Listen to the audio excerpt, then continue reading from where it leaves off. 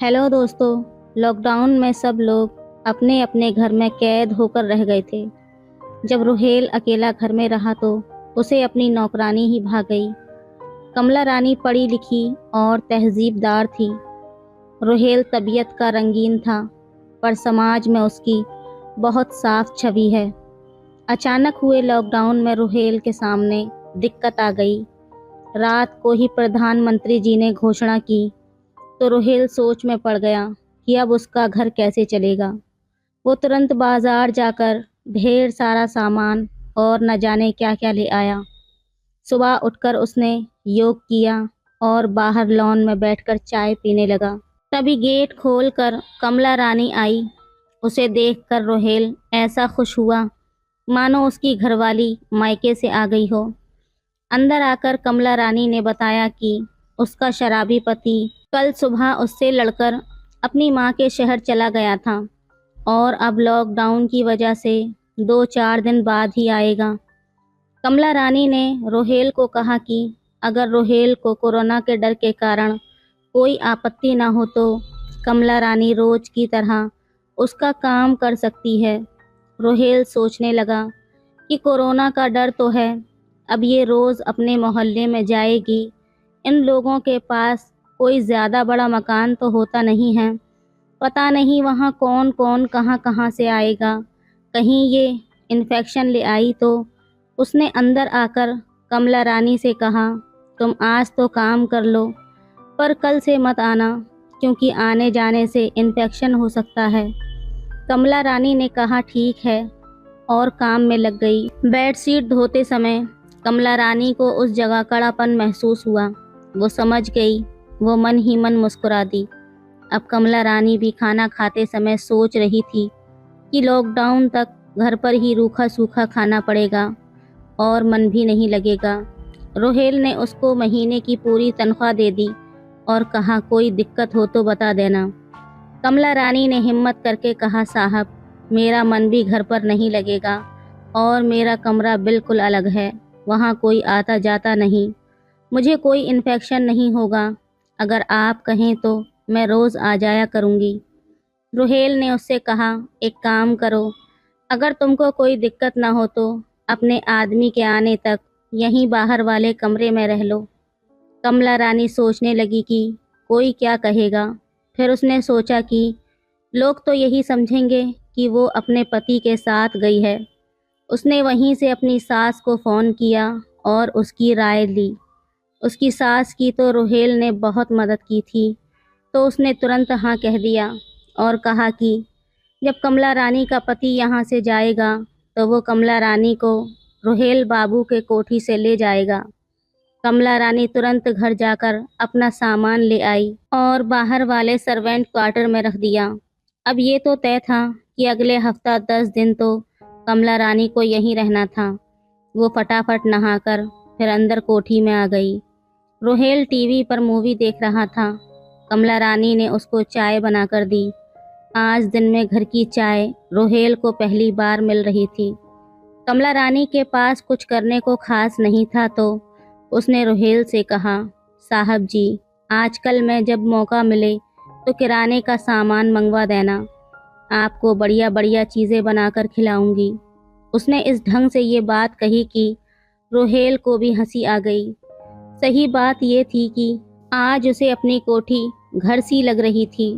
कमला रानी भले ही नौकरानी थी, पर उसकी सुंदरता और सलीका उसे घर के सदस्य जैसा ही आभास देते थे।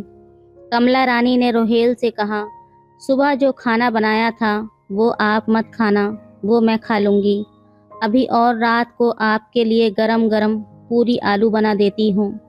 दोपहर को खाने के बाद रुहेल अपने कमरे में सोने चला गया और कमला रानी बोली, मैं अपने क्वार्टर में जाती हूँ, शाम को आ जाऊँगी। रुहेल जानता था कि क्वार्टर तो गंदा पड़ा हुआ है, तो उसने कहा, तुम ड्राइंग रूम में ही सो जाओ, कोई बात नहीं। अब रुहेल को तो दोपहर में सोने की आदत नहीं थी, तो वो 3 बजे से उठकर बाहर लॉन में आ गया तो वहाँ धूप थी। वो वापस अंदर बरामदे की ओर आया जहाँ कमला रानी सो रही थी। वो एक टक कमला रानी को देखता रहा। कमला रानी के गोरे चिकने पाँव में पतली सी पायल थी पर नीचे तलवे गंदे हो रहे थे। रोहेल वहाँ से हट गया। वो भटकना नहीं चाहता था। रोहेल रसोई में गया और पानी पिया। आहट सुनकर कमला रानी जाग गई और सीधे रसोई में आई और बोली, साहब जी मुझे आवाज़ दे देते, आप बैठिए मैं चाय बना देती हूँ। उसने एक लिस्ट रोहेल को दी कि किराने वाले को फ़ोन कर दीजिएगा, वो भिजवा देगा। रोहेल ने हंसकर कहा, इतना राशन कोई दावत है क्या? इस पर कमला रानी बोली, मुझे जितना भी आता है साहब जी, आपको सब बनाकर खिलाऊंगी। रोहेल ने उससे कहा, तुम्हें अपने लिए भी कोई सामान चाहिए तो लिख देना। अब तो लगता है कि 10 दिन तुम्हें रुकना पड़ेगा। कमला रानी सोचती रही तो रोहेल ने कहा, संकोच मत करो। कमला रानी के लिए अपनी शादी के बाद पहला मौका था जब कोई आदमी उससे मेकअप का सामान मंगाने के लिए कह रहा था। कमला रानी ने दुकान पर फ़ोन किया तो वो बोला कि आप सुबह 7 बजे दुकान के पीछे घर है, वहाँ आ जाना। वहीं से दुकान का अंदर का रास्ता है, सामान निकलवा लेना और फिर मैं भिजवा दूंगा। रोहेल ने कमला रानी को जाने को कह दिया और उसे 2000 रुपये अलग से दिए कि तुम्हें अपने लिए कोई कपड़ा लेना हो तो ले लेना। कमला रानी खुश हो गई। रात को रोहेल ने खाना जल्दी ही खा लिया था और कमला रानी से बोला, तुम खाना खाकर सो जाना, मैं अपना कमरा बंद कर रहा हूँ। कमला रानी समझ गई कि छोटे साहब जी का बाबू राव बहुत ज़्यादा परेशान कर रहा है। वो काम निपटाकर निकल ही रही थी कि रोहेल बाहर आया। वो बहुत थका हुआ सा लग रहा था। कमला रानी से उसने पानी मांगा। कमला रानी ने उसे पानी देते हुए पूछा, कॉफ़ी पिएंगे छोटे साहब जी? अब रोहेल तो खुश हो गया। रोहेल ने खुशी से हाँ कह दिया। कमला रानी ने उसे कॉफ़ी दी और कहा कि वो उसका बेड वगैरह ठीक कर देती है। रोहेल ने हाँ कह दिया, पर जैसे ही कमला रानी कमरे में घुसी, रोहेल बोला, नहीं रहने दो, कल कर लेना। पर तब तक कमला रानी नीचे पड़ा टॉवल उठाकर एक तरफ रख चुकी थी और बेड शीट ठीक कर रही थी। उसने बेड पर रखी दोनों मैगजीन को वहीं मेज़ पर रख दिया और बाहर आ गई। रोहेल समझा कि कमला रानी ने कुछ नहीं देखा। वो नीचे बैठ गई और इधर उधर की बातें रोहेल से करने लगी। कमला रानी ने पूछ लिया, क्या देख रहे हैं साहब जी? तो रोहेल सकपका कर बोला, तुम्हारे तलवे बहुत गंदे हो रहे हैं।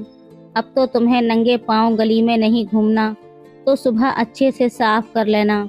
कमला रानी को ध्यान आया कि वो नहाएगी कहाँ, क्योंकि बाहर क्वार्टर में तो जगह ही नहीं है जो वो बाल्टी वहाँ ले जाकर नहा सके।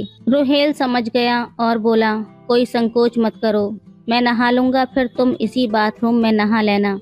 रोहेल ने कॉफ़ी का कप नीचे रखा और वहीं रखी मैगजीन पढ़ने लगा। रोहेल बाहर सोफे पर बैठा हुआ था। उसने कमला रानी से कहा कि वो सोने चली जाए। कमला रानी बोली, क्या मैं बाहर कमरे में ही नीचे लेट जाऊं, क्योंकि बाहर क्वार्टर में मुझे रात को डर लगेगा। रोहेल बोला कि हाँ, उसे कोई दिक्कत नहीं है। रोहेल ने उससे कह दिया कि वो बिना संकोच घर को इस्तेमाल कर सकती है। कमला रानी बाहर क्वार्टर से एक नाइटी सी ले आई। वो शर्मा कर बोली, साहब गरीब हैं, जैसा भी हैं आप मजाक मत बनाना। मुस्कुराकर रोहेल बोला, क्या तुमको लगता है मैं तुम्हारा मजाक बनाऊंगा? बस तुम साफ सुथरी रहा करो, रात को नहाकर कुछ भी पहनो, मुझे कोई फ़र्क नहीं पड़ता। और अब यहाँ कौन आएगा? उधर रोहेल की रात को आंख खुली, मोबाइल में टाइम देखा तो 3 बजे थे। वो दबे पांव बाहर आया। चारों ओर गुप्त अंधेरा था। वो अंदाजे से कमला रानी की ओर बढ़ा। उसके कमरे में हल्की सी रोशनी आ रही थी। कमला रानी मदमस्त पड़ी थी। रोहेल ने बड़ी आहिस्ता से मोबाइल की टॉर्च से कुछ देखने की कोशिश की, पर कुछ नज़र नहीं आया। फिर रोहेल ने पास पड़ी कंबल को उठाया और कमला रानी पर डाल दिया और अपने कमरे में जाकर सो गया। सुबह वो उठा तो उसे रसोई में खटपट सुनाई दी। मतलब कमला रानी जाग गई थी। फिर वो चुपचाप आंख बंद करके लेटा रहा। थोड़ी देर में कमला रानी कमरे के अंदर झांकने आई। उसको लगा रोहेल सो रहा है। कमला रानी ने नीचे पड़ा तौलिया उठाया और मुस्कुरा दी और वो बाहर चली गई। 2 मिनट बाद कमला रानी फिर से आई और एक टक देखती रही। उसने हाथ में झाड़ू ली हुई थी। वो झाड़ू लगाने के बहाने ही कमरे में आई थी। उसने रोहेल की चादर को हल्के से दूसरी ओर से खींचा तो कमला रानी की तो जान ही निकल गई। अब रोहेल के कुनमुनाते हुए आंख खुली तो कमला रानी कमरे से तेजी से बाहर आ गई। रोहेल ने उसको आवाज़ देते हुए कहा, ज़रा एक गिलास गुनगुना पानी दे आओ। उसने ऐसा दिखाया कि उसे कुछ पता ही नहीं। कमला रानी ने उसे पानी दिया और बोली कि जनरल स्टोर वाले के पास जा रही हूँ सामान लेने के लिए। कमला रानी दुकान पर गई। किराने का सामान तो पैक रखा था और दूसरी ओर उसकी लड़की बैठी थी जहाँ लेडीज सामान मिलता था। उसने अपने लिए भी कुछ ज़रूरी सामान ले लिया। रोहेल ने कहा, दिखाओ क्या लाई हो। तो बोली, साहब जी जब पहनूंगी तब दिखाऊंगी। कमला रानी ने उसके कल के कपड़े और टॉवल वगैरह भिगो दिए थे। रोहेल ने उससे कहा, कपड़े धोकर पहले तुम ही नहा लो, इतनी देर में मैं अखबार पढ़ लूँगा। कमला रानी ने आज जमकर अपने आप को खूब अच्छे से साफ किया।